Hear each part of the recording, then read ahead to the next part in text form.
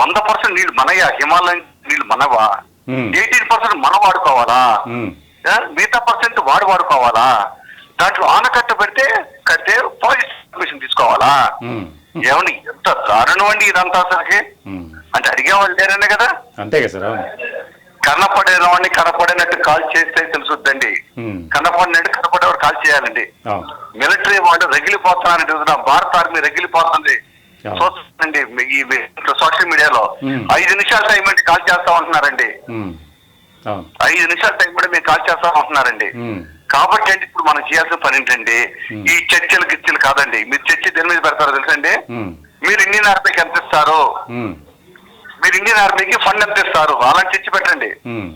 అయ్యా నీ పెళ్ళాన్ని గుంట్లో పోకపోతే నువ్వు ఎంత ఖర్చు పెడతావు, నీ కూతురు గుంట్లో పోకపోతే నువ్వు ఎంత ఖర్చు పెడతావు, నీ కొడుక్కి కాలు ఇరితే నువ్వు ఎంత ఖర్చు పెడతావు. ఇప్పుడు ఇండియన్ ఆర్మీకి డబ్బులు కావాలి అని చర్చ పెట్టండి. ఒక నెంబర్ 1 ఛానల్ ఒక అకౌంట్ నెంబర్ తీయండి, ప్రతి వాడిని అడగండి. ఇక ₹1 అయింది, ₹5 అనండి, కొన్ని కోట్ల రూపాయలు అవుతాయండి.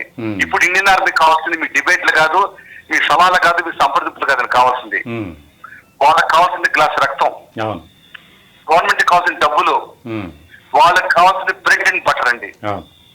ఈ 3 ఇవ్వండి. మీరు బ్రెడ్లు తయారు చేసి పంపించండి, మమ్మల్ని భాగస్వాములు చేసుకోండి మాలాంటి వ్యూయర్స్ ని.